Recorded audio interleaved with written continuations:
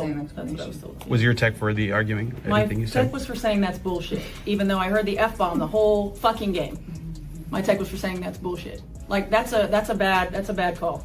That's a bad call. Incidental contact when you're flying out of control, like on it. And I thought her teammates should have come up and talked to her about that as well. Like I think that's really bad.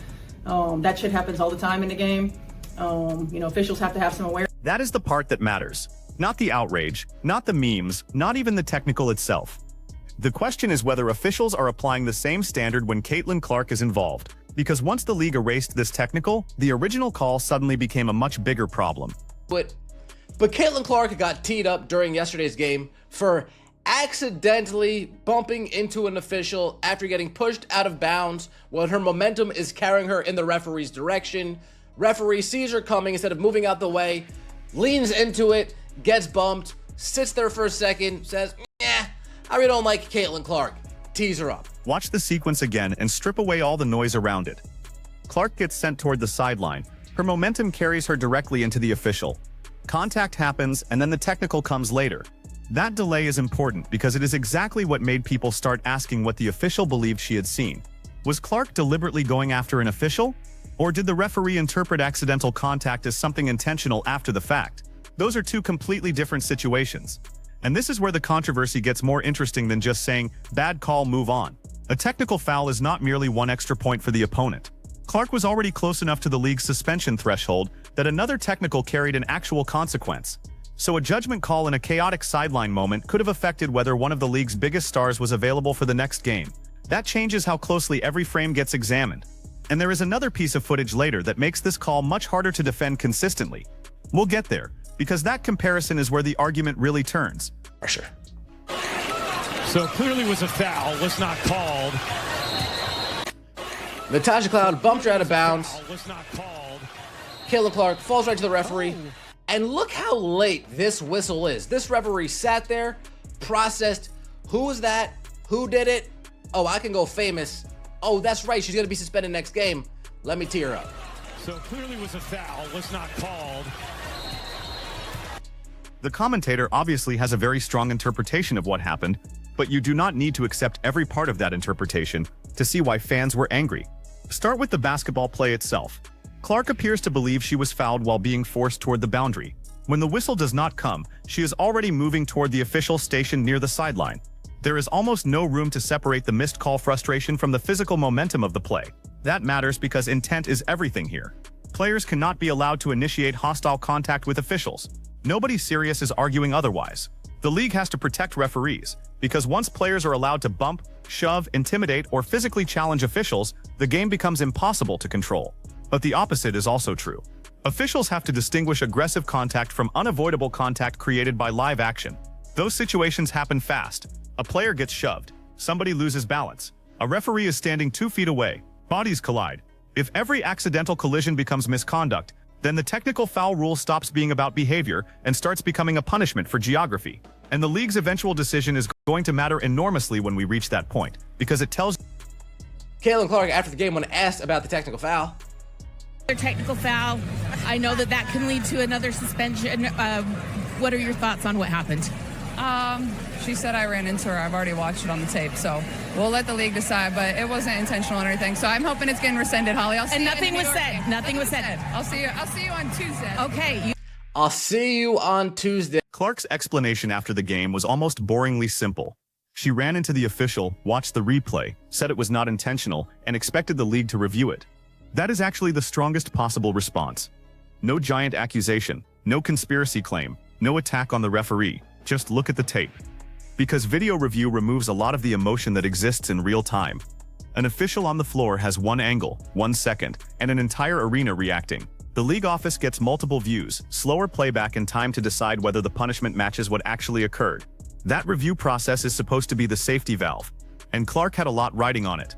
The controversy surrounding her technical foul count has been building because several of her previous technicals have come from behavior that fans argue sits in a gray area between normal competitive frustration and punishable unsportsmanlike conduct. That does not mean every technical against her was wrong. It means the threshold matters. If the league establishes a very low threshold for Clark, people are naturally going to compare every similar act by every other player. And once viewers 17. All right, she got a technical foul for clapping, right? This is craziness. She got a technical foul for clapping. She got a technical foul for kicking the ball up to herself and then giving it to the referee. Not. If I remember correctly, she didn't kick the ball to the referee. She played with it. She dribbled it a little bit, kicked it up to herself, and then gave it to the referee. Teed up. Fist arm gesture. Teed up. Yelled scoreboard. Teed up. You forgot. She slapped the stanchion sign. Teed up. Now, This is why the latest call exploded so quickly. It did not arrive in isolation. The video runs through previous situations attributed to Clark. Clapping, kicking the ball up to herself before returning it, making a gesture, arguing, and now making contact with an official. Some of those incidents can absolutely be defended individually under league rules. Officials have discretion. Demonstrative reactions can cross the line. Language can cross the line. Delaying the game can cross the line. But fans rarely evaluate officiating one isolated whistle at a time. They build a pattern.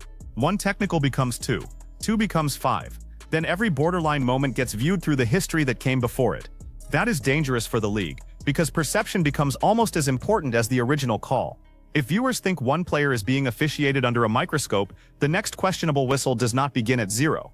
It begins with all the baggage already attached to it. And Clark is not just any player in that environment. Every controversial moment involving her gets replayed thousands of times, slowed down, clipped from different angles, and compared against other possessions. That level of scrutiny can be unfair to referees too.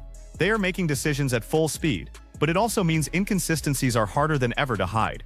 And this next part is where the debate moves away from Clark's behavior and toward the standard being applied around her. here we go to the rules for thee and not for me. Here's the official getting in Natasha Cloud's face, and what does Natasha Cloud do? Natasha Cloud, not even by the hips. I thought it was by the hip. It's a little bit more easy when it's by the hips. No, Natasha Cloud tries to get underneath her armpit to get leverage to move her out the way. And this is Natasha Cloud. Natasha Cloud, hey, you might not like to hear this. Natasha Cloud's got some testosterone in her. Hey! I can't. Now we get to Natasha Cloud. This is the comparison that fueled the double standard argument. Forget the commentary layered over the footage for a moment, and focus only on the visible interaction. Cloud is in close physical proximity to the official and appears to use her hands while trying to move around the referee during an argument with another player. That sequence did not produce the same immediate technical punishment shown in Clark's situation. And that creates an obvious question.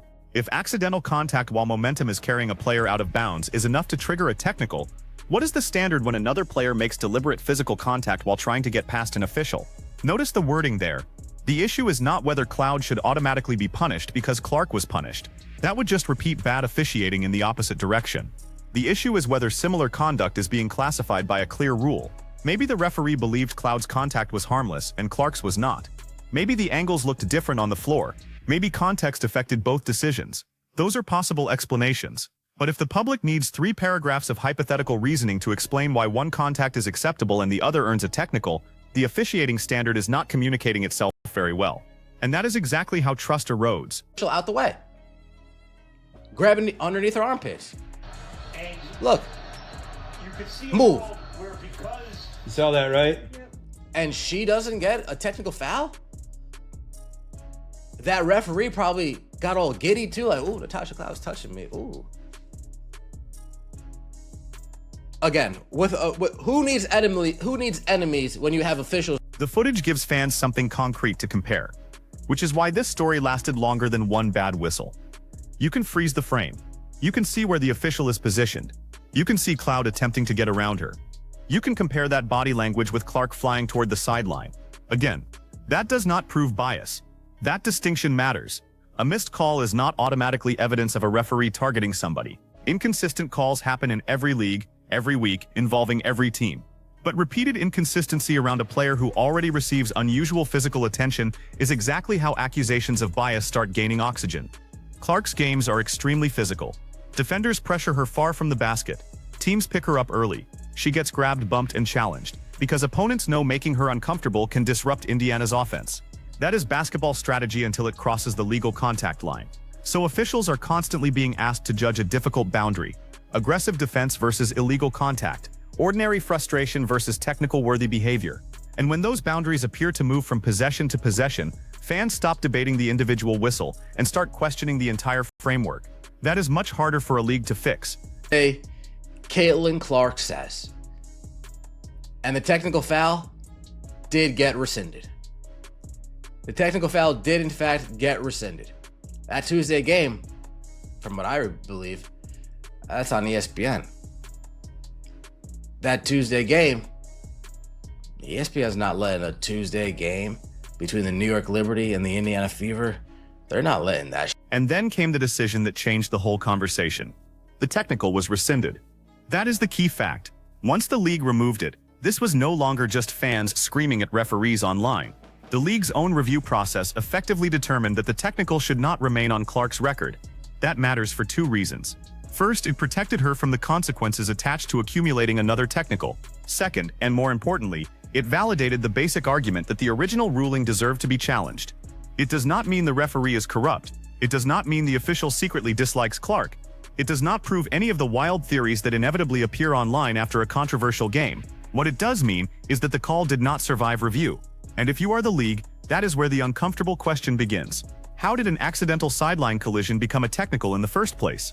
Officials are supposed to react to what happens, not what a moment feels like after tempers rise.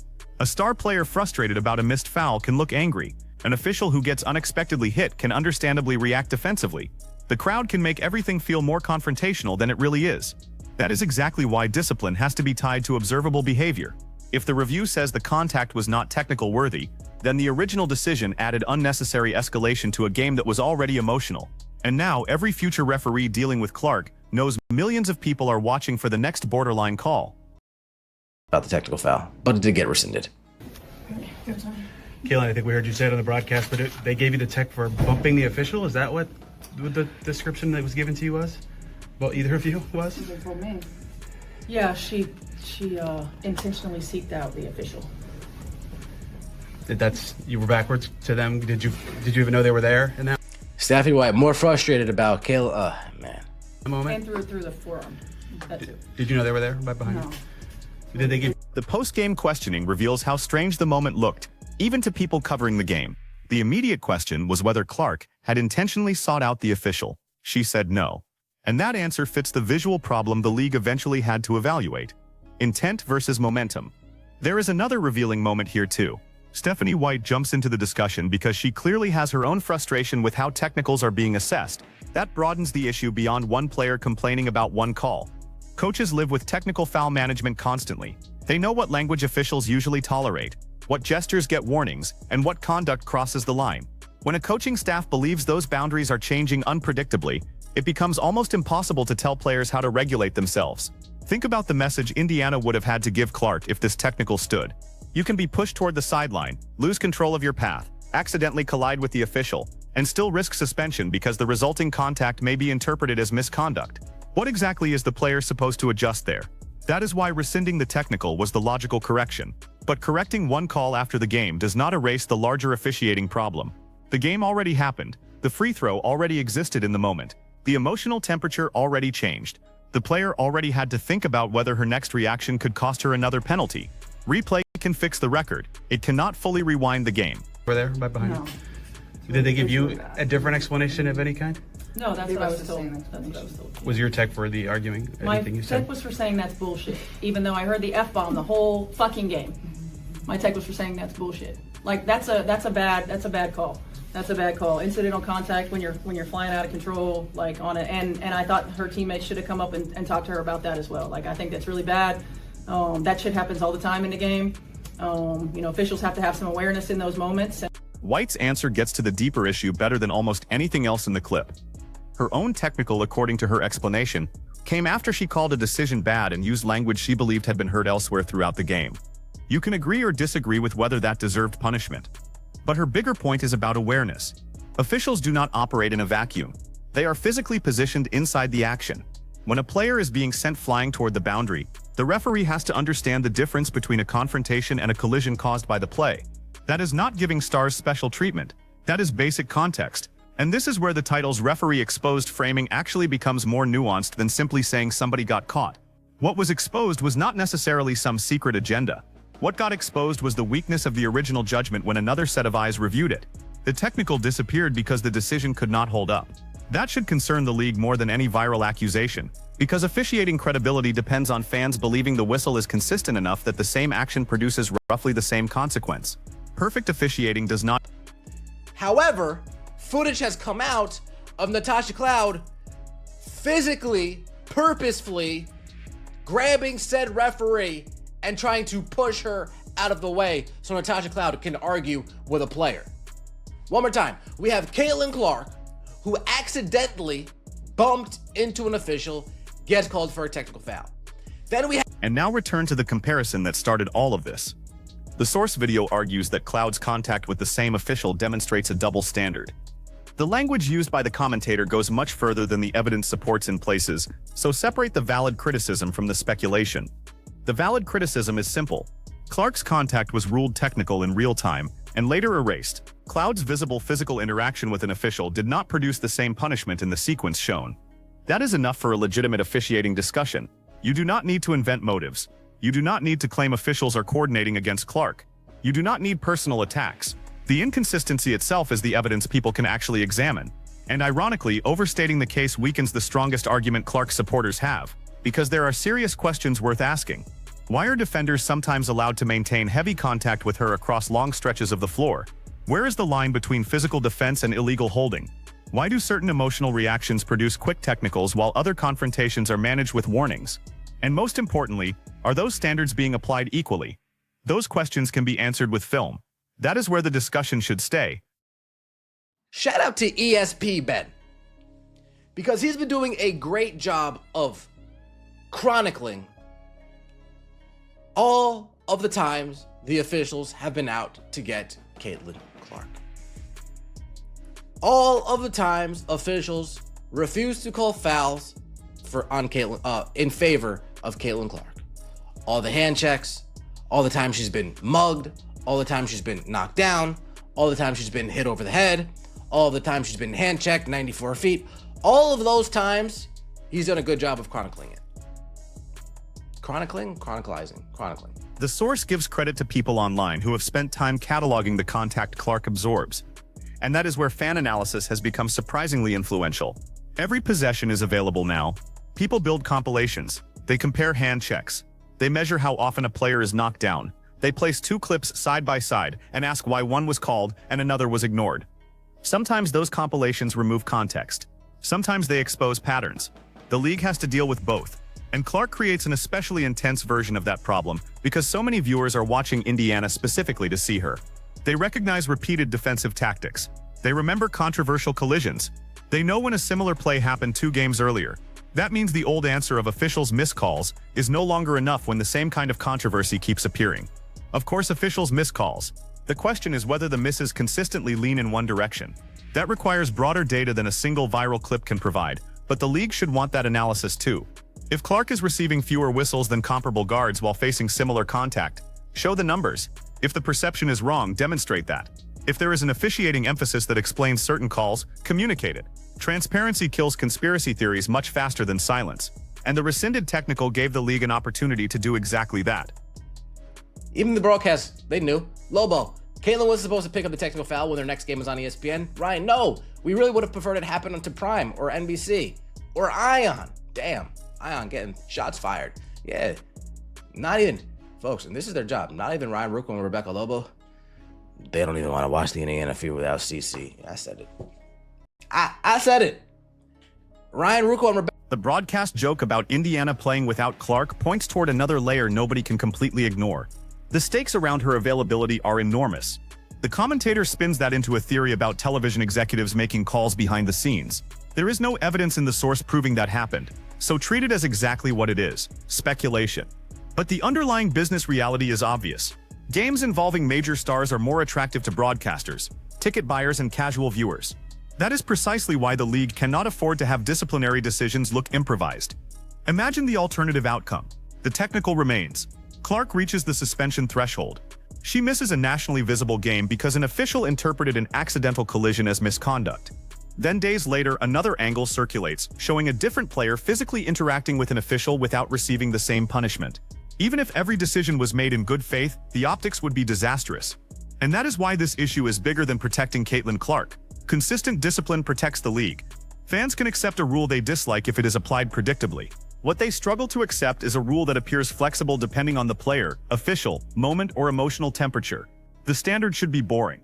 Deliberate hostile contact with an official gets punished. Accidental contact created by live play gets reviewed in context. Profanity and demonstrative behavior have a clearly communicated threshold. Then apply it to everybody. No mystery, no weekly controversy, no viral frame-by-frame investigation necessary. Instead, the league keeps finding itself in situations where the public has to reverse engineer the standard after the whistle. That is not sustainable. She said I ran into her. I've already watched it on the tape, so we'll let the league decide, but it wasn't intentional or anything. So I'm hoping it's getting rescinded, Holly. I'll see And you nothing in the was New York said. game. Nothing was said. I'll see you on Tuesday. Okay. I'll see you on Tuesday, Caitlin Clark says. And the technical foul did get rescinded. The technical foul did, in fact, get rescinded. And this is why Clark's prediction after the game ended up becoming the cleanest conclusion to the entire controversy. She said the contact was not intentional and hoped the league would rescind the technical. The league did. That does not erase every argument about officiating around her, but it gives us one firm point to stand on. The punishment was reviewed and removed. So now the pressure shifts away from Clark and toward the officiating system. Because the next time something like this happens, people will remember this correction.